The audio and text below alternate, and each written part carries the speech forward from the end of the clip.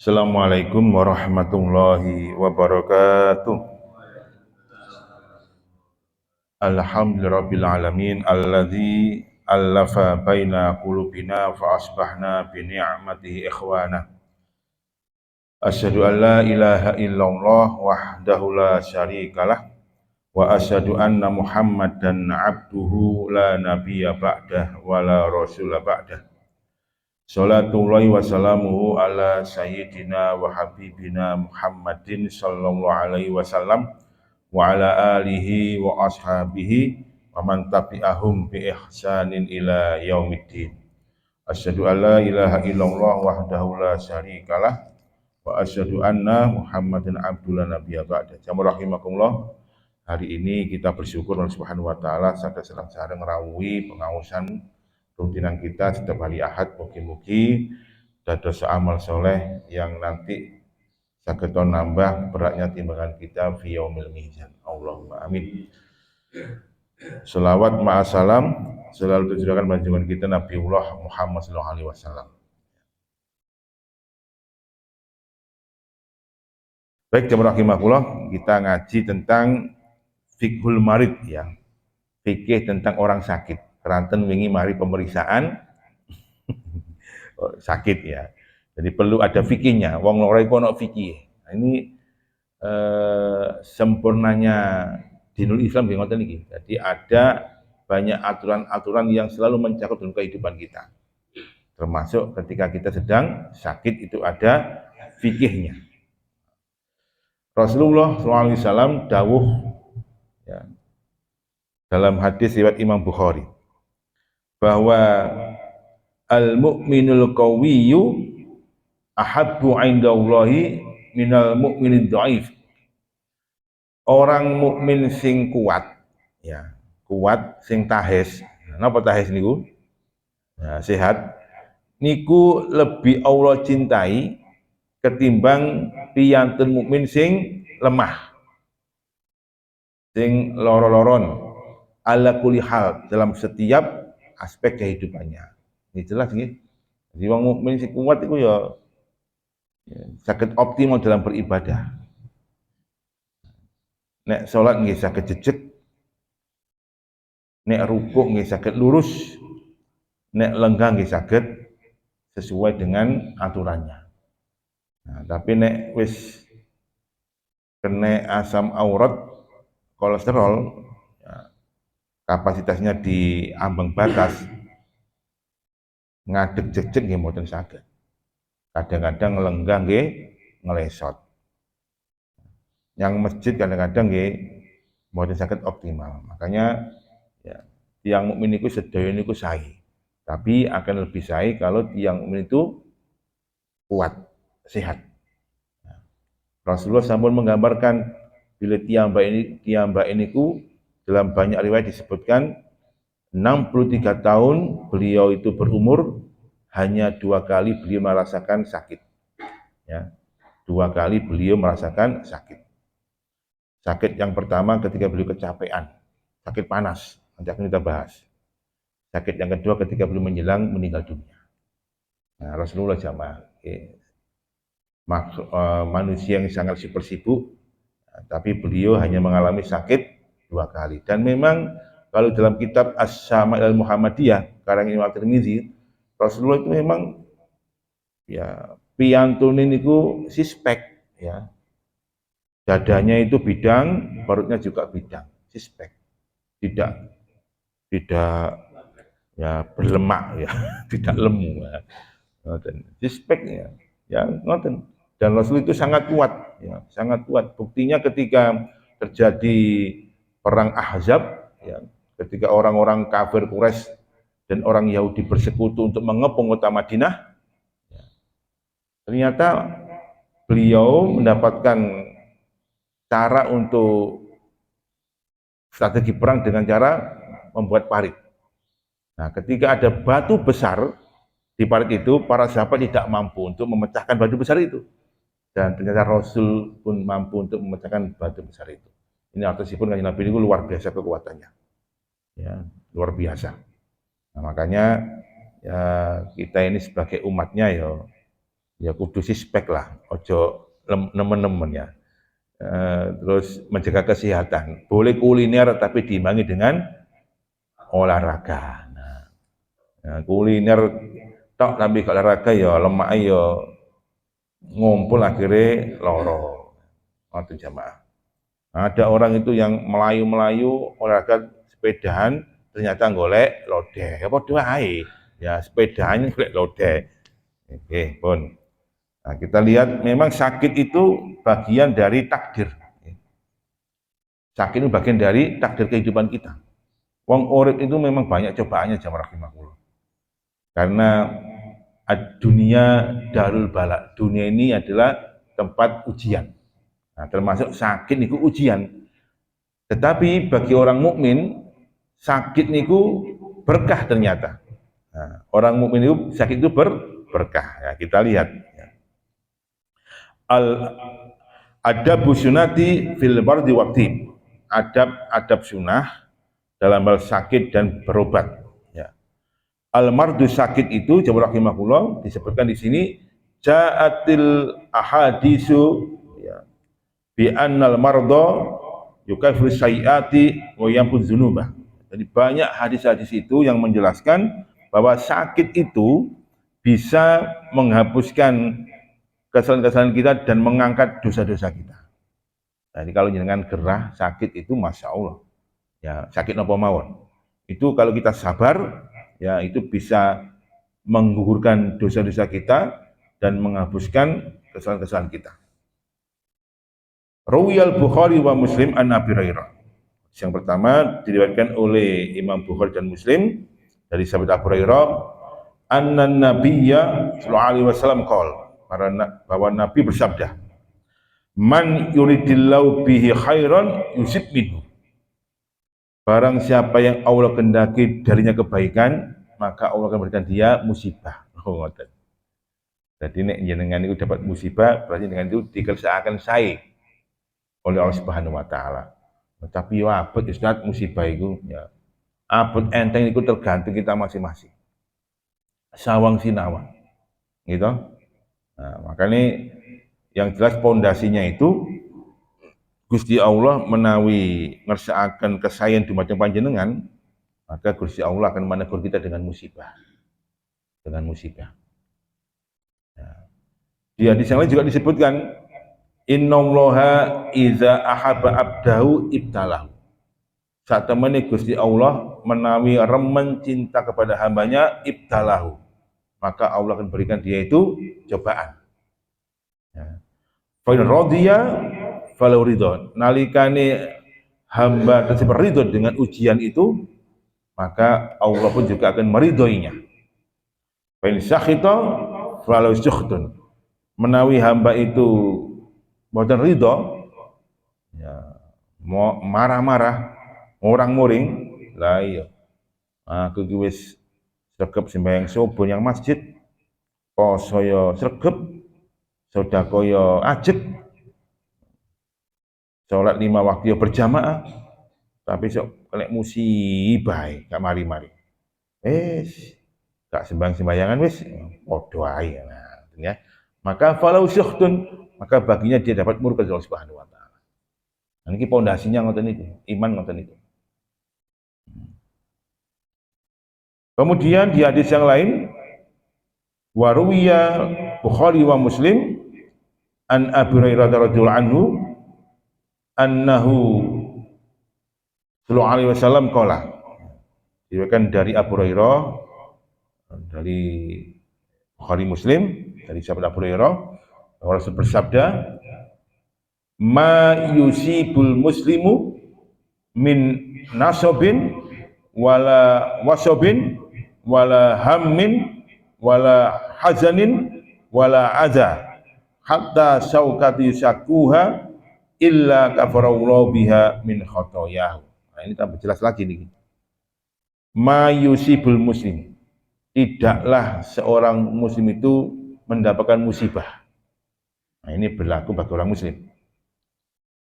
Ini kan min nasobin, musibah berupa misalnya kesusahan. Nah, dengan susah. Ya. Wala wasobin, atau musibah itu berupa penderitaan. Sembuh apa nih? Susah, penderitaan. Wala hammin, kesedihan. Dia nek musibah kan sedih. Wala hazanin, kesedihan. Wala azab, penyakit. Ya. Pokoknya banyak musibah yang mengenai kita sampai kita sedih, nelongso, susah. Ya. Hatta saukah, sampai duri yusakwa yang menancap di kaki kita misalkan, illa kafarallahu biha min khotoyaw, kecuali Allah akan menghapuskan dengan musibah-musibah itu dosa-dosa kita. Oh, Masya Allah. Ini kan jadi semangat ya, nggak susah mana. Nah, kena musibah, ya ternyata hikmahnya seperti itu. Di samping Allah ngerjakan kesayangan, di samping Allah juga mencintai kita, ternyata sakit menghapuskan dosa-dosa dan kesalahan kita. Nah, kata nih hadis pun dikoni kemawon sebagai pondasi. Lajeng bagaimana adabnya kalau kita kena musibah, kena penyakit, ya. Ada beberapa adab sunnah menawi kita sedang sakit, ya, kena musibah. Yang pertama tentu as-sabru indal marodi, sabar ketika sedang sakit. Ya, sabar. Ya apa sabar itu? Sabar itu kadang-kadang ono jenenge wak sabar ya gak sabar-sabar ya. Alal maridi ayusbiro ala ma yang lebih mindur.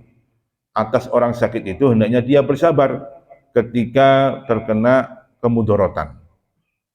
Ya. Fama a'tal abdu atau an khairon wa ausa'alahu minas sabr. Apabila seorang hamba Allah itu mendapatkan kebaikan yang banyak dan keluasan, maka dia harus banyak bersabar. Ternyata dapat nikmat itu juga harus banyak bersabar. Dapat penyakit juga harus banyak bersabar. Ya. Bedanya kalau banyak penyakit, sabarnya dipertebal. Kalau dapat kenikmatan, ya sabar dan syukur. Nah, kita lihat hadisnya. Ruwiya Muslim an Suhaib bin Sanan. Juga dari Imam Muslim, dari sahabat Suhaib, bahwa Nabi bersabda, ajaban li amril mu'min, inna amrahu kullu khairin. Ya, menakjubkan sedaya masalah kehidupannya piyantun mukmin.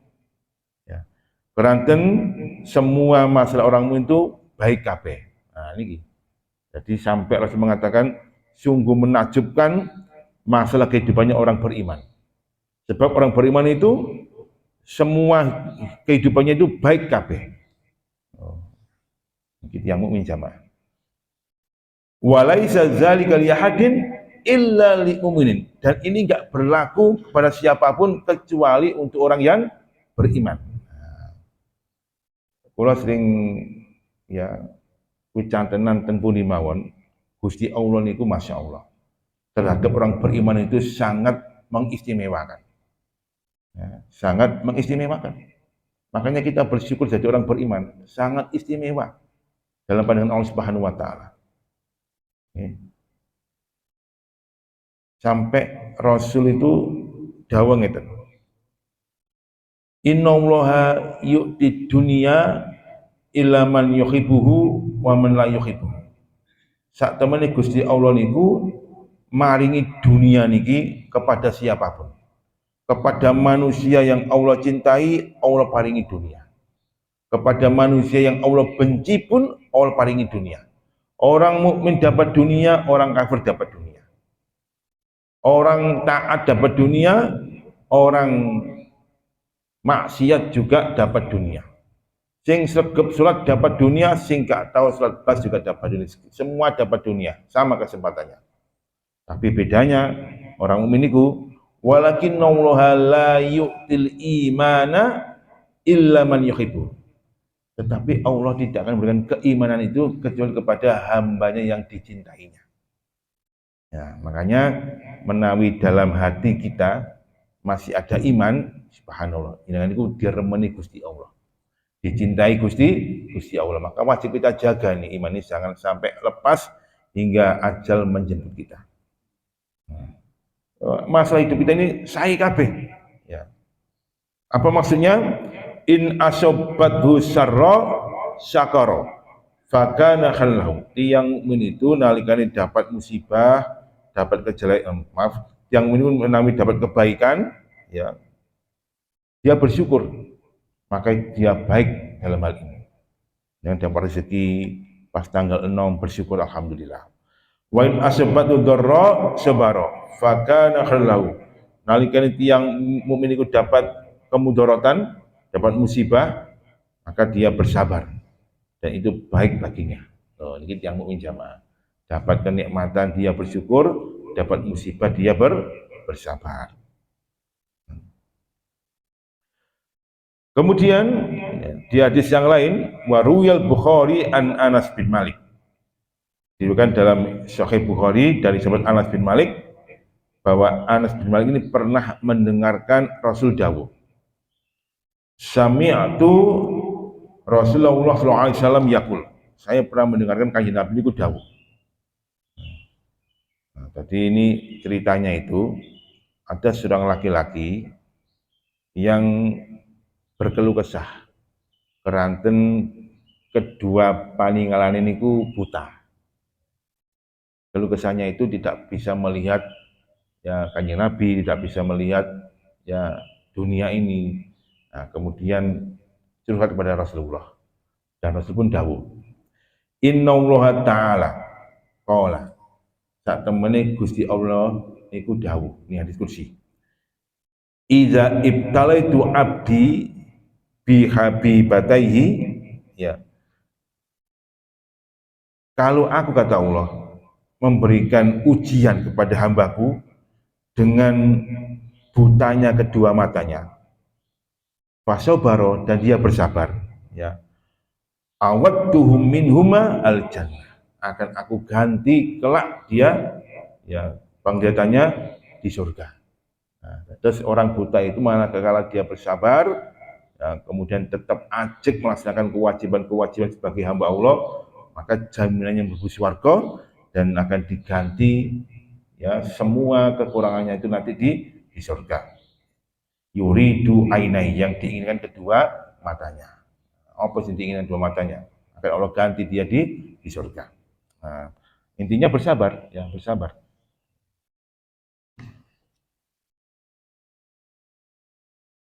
Nah, itu ya. Ini juga banyak hadisnya, dua saja.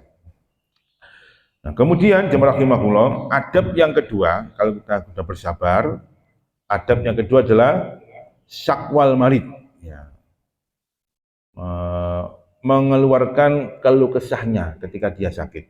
Jadi kalau dia sakit belum boleh dia itu ya berkeluh kesah. Dan keluh kesahnya itu kepada siapa? Kepada tabib atau kepada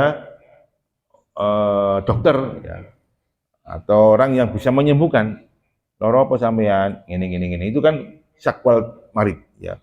Mengungkapkan rasa sakitnya. Disebutkan di sini yajuzul marid ayasku litabib wasodiq, ya. Boleh seorang yang sakit itu mengungkapkan keluh kesahnya kepada tabib, pada dokter atau kepada teman dekatnya, ya. Yang dia yakini bisa mengobati atau mengurangi rasa sakitnya. Ya. Lam yakun zalika ala sabil tashid wa izharul jaza. Ini bukan termasuk orang yang jelek dalam berkeluh kesah atau nelongso, enggak, tapi memang itu bagian dari adab. Kita boleh untuk mengungkapkan rasa sakit kita pada tabib atau pada orang yang dekat dengan kita yang bisa memberikan solusi rasa sakitnya itu. Nah, kita lihat hadis dari muttafaqun alaih. Suatu ketika ada sahabat Nabi itu sedang medayo kepada kanjeng Nabi. Nah, ketika itu Rasulullah sedang sakit panas. Nah, ini yang tadi saya ungkapkan. Ketika beliau masuk ke ruangan Rasulullah, nah Rasulullah sedang sakit dan Rasulullah dawuh, Inni u'aika kama yu'aika rajulani minkum. Aku sedang sakit panas. Ya. Dan panasku ini sama dengan panasnya kamu 2 orang. Ya. Berarti kan panasnya sangat sekali. Ya. Kemudian Rasul mengatakan, ya, wasakautu Aisyah. Saya pun berkeluh kesah kepada Aisyah. Ya Aisyah, aku panas iki, lara panas. Ya. Faqalat li Rasulillah, maka Aisyah pun berkata kepada Rasulullah, wa arsahu faqala bal ana arsahu. Ya udah, kalau gitu jenengan kula pangku. Jadi mustaqone Kanjeng Nabi niku ditaruh di pangkungannya Aisyah. Maka Rasul pun meletakkan mustaqonya di pangkuannya Aisyah dan kemudian dikompres. Di ngoten jamaah. Suami sih gitu ya. Ngojok malah dijarno wae loro. Nah, Bu, aku loro, Bu. Ora loro ae wis. Ngono, tuku obat kono jangan ya. Loro ya diramut ya. Mangkane ta nek mangan aja ngawur ora loro. Ya, tetap diramut ya. Nah, ini Rasulullah ini rasa loro panas ya. Berkeluh pada Aisyah dan subhanallah Aisyah langsung memangku Rasulullah. Subhanallah ini. Nah, nonton. Bon, terus kita boleh ya mengungkapkan rasa sakit pada orang lain atau tabib. Termasuk jamaah rahimakumullah, ya kalau kita ini apa namanya itu mengunjungi orang sakit itu juga harus ada adab-adabnya. Nah, sebelum masuk ke situ, adab yang ketiga bagi orang sakit adalah at-tadawi, berobat. Berobat itu juga bagian dari adab kita. Berobat ya, ke tabib, ya, jangan dibiarkan saja. Dan berobatnya itu tentu harus sesuai dengan sunnah Rasulullah. Ya, kita lihat hadisnya.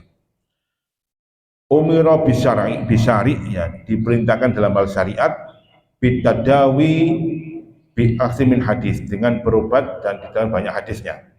Misalkan hadis yang pertama ya Ruwiya an-Nasa'i wa Ibnu Majah wal Hakim wa Sahahu Anas bin Mas'ud. Ya. Diriwayatkan dalam kitab Imam An-Nasa'i dan Ibnu Majah dan Hakim dalam sahihnya dari sahabat Anas Ibnu Mas'ud bahwa Nabi dawuh innallaha lam yanzil da'an illa anjalalahu syifaan fatadawau. Sesungguhnya Allah Subhanahu wa taala tidaklah menurunkan penyakit kecuali Allah juga menurunkan obatnya. Maka berobatlah engkau. Ya, itu. Nah, saya kemarin tuh mendengarkan siaran di radio SS Suara Surabaya pas ada acara dialog dengan dokter. Nah, membahas masalah penyakit Parkinson dan autoimun ya. Parkinson dan autoimun. Nah, di orang Parkinson itu ya cirinya adalah tangan itu mesti ngejer. Ya, ngejer gini. Ya, ngejer. Nah, sampai sekarang belum ada obat Parkinson. Ya, belum ada obat Parkinson. Yang ada adalah obat untuk menetapkan sarafnya ya dan apa gitu ya. Jadi obat Parkinsonnya nggak ada, belum ditemukan. Nah, terus yang kedua autoimun. Sampai sekarang pun belum ada obat namanya autoimun sampai sekarang. Nah, yang ada adalah ya obat-obat untuk menanggulangi dan mengurangi dan sebagainya. Ya, sehingga Parkinson itu kalau sudah level 5 istilahnya, ya ada level 1, level 2, kalau udah sampai level 5, 4 dan 5, itu nggak bisa bergerak udah. Sudah bergerak. Kayak orang yang sedang koma. Nah, autoimun juga demikian. Ya, itu hanya menunggu waktu aja. Nah, sampai sekarang belum ada obatnya. Nah, padahal kan Rasul dawuh innallaha lam yanzil da'an illa anjalalahu sifaan pada dawuh. Nah, intinya ya tetap kita tetap harus berobat. Baru yang Muslim an Jabir, ya, likuli da'in dawaun, faiza usibat fatadawwaw, ya. Setiap penyakit ada obatnya. Ya. Maka ketika engkau dapat musibah sakit, maka berobatlah. Ya. Berobatlah. Jadi intinya ya kalau kita sakit wajib berobat. Meskipun kita sabar, ya tetap kita wajib untuk berobat sebagai sunatullah. Ojo, sabar aja wis, bapak wis. Nah, sabar aja. Tadi engkau sikile sabar aja sampai abu ya. Bicara sabar enggak, tetap kita harus ikhtiar untuk berobat. Bisa berobat dengan obat, ya bisa berobat dengan tusuk jarum, bisa berobat dengan apa? Bekam dan sebagainya. Intinya kita berobat. Ya, ya kula niki nggih sumpun kena kolesterol ya. Ya padahal ajeng bidal. Ingin nyeluk konco tak kon bekam. Bekam mana aku? Nah, ternyata dibekam dari Masya Allah Ustaz, gede kental kabel. Apa ngutandai? Iki kolesterol akeh nih. Kakek rawon jadi ini ya. Jadi darah hitamnya keluar semua. Itu berobat ya. Nah, sekarang kita lihat kalau sudah kita ini sakit, terus bagaimana kalau teman kita sakit? Ya, sunahnya adalah mengunjungi atau iyadatul marid. Ya. Iyadatul marid, ya mengunjungi orang sakit itu juga ada adabnya. Ya.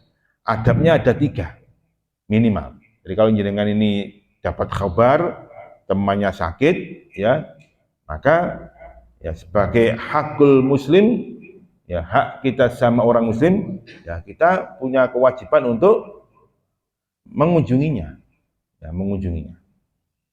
Dan padahal kadang kita ini sakit kan disembunyikan. Ojo kandhani, jangan. Ya, kalau kita ya ingin segera sembuh sebagai bentuk sunatullah, ya sunatullah Rasulillah, dan aku sakit cak mulai. Nanti kita ini akan mengunjunginya. Nah, kita lihat bagaimanakah adabul iyadah, adab mengunjungi orang sakit. Yustahabul lil iyadah, ya disunahkan bagi orang yang berkunjung. Yang pertama adalah ayyad'u wal a'id lil marid bisifai wal afiyah. Yang pertama kalau kita mengunjungi, ya itu mendoakan orang yang sakit, ya didoakan. Ojo medayo ngomong ngalur ngidul ngetan ngulon guyonan tok tapi melupakan untuk mendoakan. Salah. Ya apa kok iso loro apa iso loro. Nah, wong teko meneng sing gak ngrungokno ya apa. Nah, ya kayak staf saya itu kemarin itu kan sedang bertugas. Yang ngoten niku ya gak ero. Tiba-tiba ada truk apa sing biasanya gawa barang apa jenenge? Sing gawa barang sing ono iki lho. Apa kok sip apa itu? Clip ya. Nabrak sikile cuklek. Ya, sikile cuklek kawil-kawil ngoten niku. Nah, ya taruh di rumah sakit masih sarin. Sing nyambangi yo akeh. Teko kok iso ngono sampeyan ngono iku yo. Ya, teko maning yo apa ceritane? Wis ngoten niku. Jadi wong kan kepengin ngerti. Akhirnya melupakan mendoakan. Ya, mendoakan. Hati-hati ya. Kalau misalkan sakitnya itu menular, ya kita sentuh infusnya, kita doakan. Nah, kalau misalkan sakitnya nggak menular, kita letakkan tangan kita di tempat yang merasa sakit. Ya. Itu yang pertama. Yang kedua, ayusihi bisobri wal ihtimal. Ya. Ya. Saling berwasiat untuk tetap sabar dan tetap optimis. Ya. Jadi sabar dan optimis. Wa antakul lahul kalimat thayyibah allati tutibu nafsah. Ya, ucapan kalimat yang baik. Ya, misalkan ngeten. Sampai niku wingi lah ngaji bareng sih, Pak. Oh, yo guyon-guyon mek kanca nek masjid. Kok saiki iso mlebu ya apa iki? Ngomong. Nggih, Pak. Dodoku iki lho, Pak. Dak dek terus ya, gak mari-mari. Ngoten iki yo dimotivasi, ya. Ya gak apa-apa, insyaallah niku segera sembuh. Bismillah, sabar mawon. Ngoten niku pun biasa. Mari mangan rawon ditambahi dengan kulit biasa ngoten niku. Makane lah nek mangan rawon ngejak-ngejak kanca ya. Ojo sampe ngeten. Dodokku lho, Bah, dak lho. Wingi tok koyo ngono mati ya lho, jangan ya. Jangan. Jadi antakulahul kalimat thayyibah allati tutibu nafsahu. Mengucapkan kalimat yang baik yang bisa membuat jiwanya itu semakin baik, dimotivasi ya. Ojo malah di untuk ngono mati wadah kelepek-kelepek. Nah, kemudian yang ketiga, ini yang paling penting ya, tahadu bil hadiah, nggawa oleh-oleh ya. Jadi kalau kita sambang orang yang sakit itu tahadu bil hadiah, nggawa hadiah, nggawa oleh-oleh. Ojo kosongan tok ya. Ngono iku sing lore tambah ngenes ya. Ini kosongan tok wis padha ae malah suguhan dintekno. Jadi nggawa oleh-oleh, baik itu mentahan maupun matengan ya. Mentahan ya berarti apa? Duwe amplop ya. Matengan ya nggawa oleh-oleh untuk jamaah. Tahadu tahabbtum kata Rasulullah. Berilah hadiah maka akan muncul perasaan cinta. Wong nek wis seneng kan alhamdulillah oleh duwe, wah seneng wong iku. Monggo Pak niki Pak. Kewandel, seweneng Masya Allah. Didik bukan, didik bukan. Hewan tok. Ya, jadi ini 3 adab kalau kita ini ya iyadatul marid ya. Yang pertama mendoakan ya. Yang kedua ya menasihati kesabaran dan memotivasi ya. Yang ketiga napa? Tahadu bil hadiah. Nggawa oleh-oleh ya. Macam lembian kosongan ya. Itu malah mas nuati pemerintah orang wami wongi gak nggawa apa-apa. Jamaah rahimakumullah, kita lanjutkan lagi. Terus kalau kita ini sedang sakit ya, ternyata diperjelas di kitab ini kita boleh juga berobat kepada dokter yang tidak beragama Islam boleh ya, atau bibul kafir nggak apa-apa ya. Jadi tidak masalah kita berobat kepada orang yang tidak muslim ya. Nah, tidak ada masalah ini. Kemudian jawazu istitob bil mar'ah. Kita juga boleh ya berobat kepada dokter perempuan kalau misalnya nggak ada ya. Dokter perempuan misalnya nggak ada, nggak apa-apa ya, karena memang ini dalam rangka untuk ikhtiar kesembuhan. Ya juzu lirajuli ayudawiya lil mar'ah. Boleh laki-laki berobat kepada wanita. Nah, ini di rumah sakit Mojosari ku rada nemen ya. Spesialis kelamin dan kulit itu loh, wong wedok, Bu Astri. Saya itu pernah pulang dari pondok dulu ya, pulang dari pondok Gudiken ya. Gudiken. Nah, ada Gudikennya itu sampai ya ke daerah vital. Ya. Ternyata loh wedok ya, kan si arek pondok kan si anuan, si noto yo isi-isi gitu. Kalau mana wedok. Apa Mas ini? Ah, nih Bu. Manuke anu tak manuke gatel. Nggih. Sampai sekarang Bu Asli masih ada ya perempuan. Nah, tapi nggak apa-apa ya nggak apa-apa. Nah, termasuk juga wanita juga boleh berobat kepada laki-laki. Nah, tentu kalau ada perempuan ya lebih baik kepada perempuan. Contoh apa itu kandungan.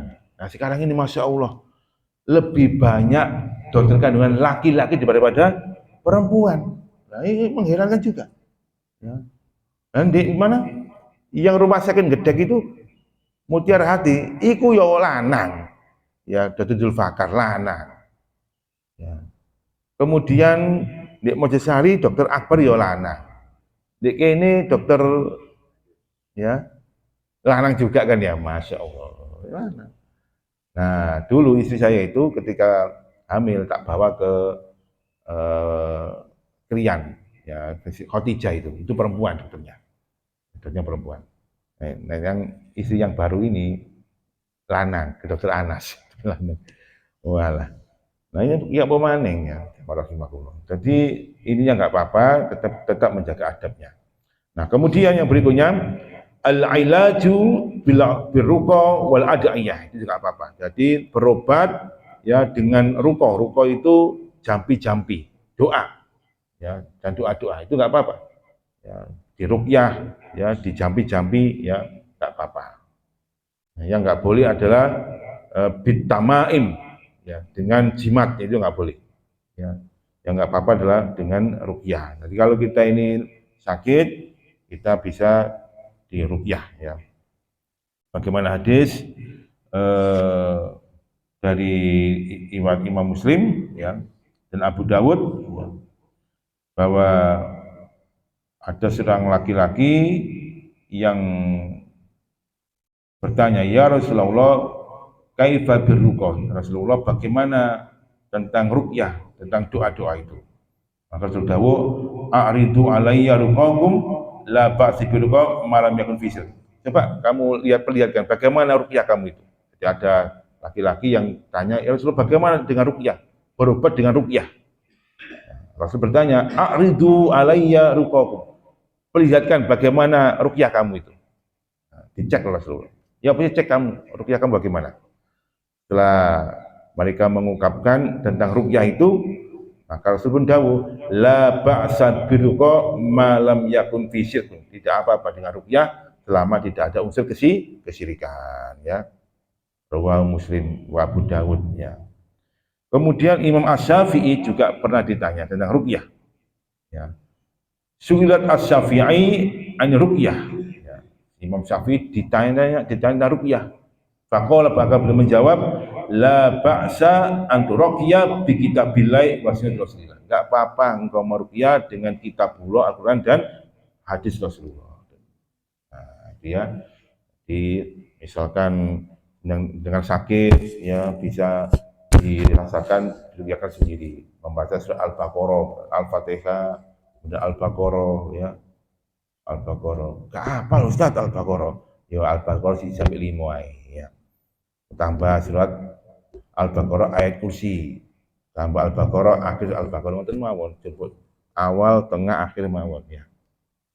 Ya. Enggak apa-apa ya. Kemudian doa-doa ya Allah masfi anta syafi ya. Itu ruqyah. Ya kadang ada orang itu yang sangat percaya dengan ruqyah dan lebih maju daripada obat-obatan. Ada makanya. Ya, dulu ya ada sahabat itu dalam sebuah safar kakinya disengat oleh binatang berbisa. Kemudian dibacakan Al-Fatihah, diusapi, diridukan, kemudian diusapi. Kemudian ditanya Rasulullah, aina tadri annal Fatihah ruqyah, dan dari mana kamu tahu bahwa Al-Fatihah itu ruqyah, bisa menyembuhkan? Min Rasulullah, dari panjang Rasulullah, karena saya pernah melihat engkau meruqyah Ali bin Abi Thalib ketika matanya itu sakit dengan ruqyah dengan Al-Fatihah. Ya. Terus monggo ya, jadi ada obat kimiawi bersama dengan dokter ya. Ada obat herbalis ya bersama dengan tabib ya, bisa tusuk jarum, bisa bekam ya dan macam-macam. Nah, ada obat yang sifatnya doa, ruqyah ya. Dan doa-doa yang lain monggo. Jadi nggak ada masalah. Oh. Nah, terakhir jamaah rahimakumullah, di sini disebutkan an-nahyu anit tamaim wal kuhan. Jelas ini. Larangan kita berobat dengan jimat-jimat dan dukun. Nah, ini nggak boleh. Ya. Jimat-jimat dan dukun. Misalnya Ustaz ake Ustaz, ya. Ake dicempulno di gelas diombe. Ya, oh ya, dan jamaah rahimakumullah. Jadi intinya berobatlah dengan yang syar'i dan berobatlah dengan yang ilmiah. Ilmiah itu dokter, syar'i adalah dengan cara herbal atau dengan cara ruqyah dan doa. Rasulullah kan banyak kan obat-obat herbal itu yang Rasul sebutkan, termasuk madu ya. Madu itu juga obat yang herbal. Boleh kita minum habatus sauda, itu juga Rasul sebutkan obat-obat herbal. Ya. Masuk kurma itu juga obat-obat yang herbal. Nah, itu. Ngoten nggih. Terus boten napa-napa ketika nyengat sakit itu berobat ya, ikhtiar ya, ojo mendel mawon, sing penting sabar wis, sabar ya. Tambah bikin sekeluarga makin pusing. Nah, kalau kita ziarah kepada orang sakit, tadi adabnya ada 3, jangan lalai. Yang pertama mendoakan, kedua memotivasi, yang ketiga nggawa oleh-oleh. Demikian mudah-mudahan bermanfaat. Aku qouli hadza. Assalamualaikum warahmatullahi wabarakatuh.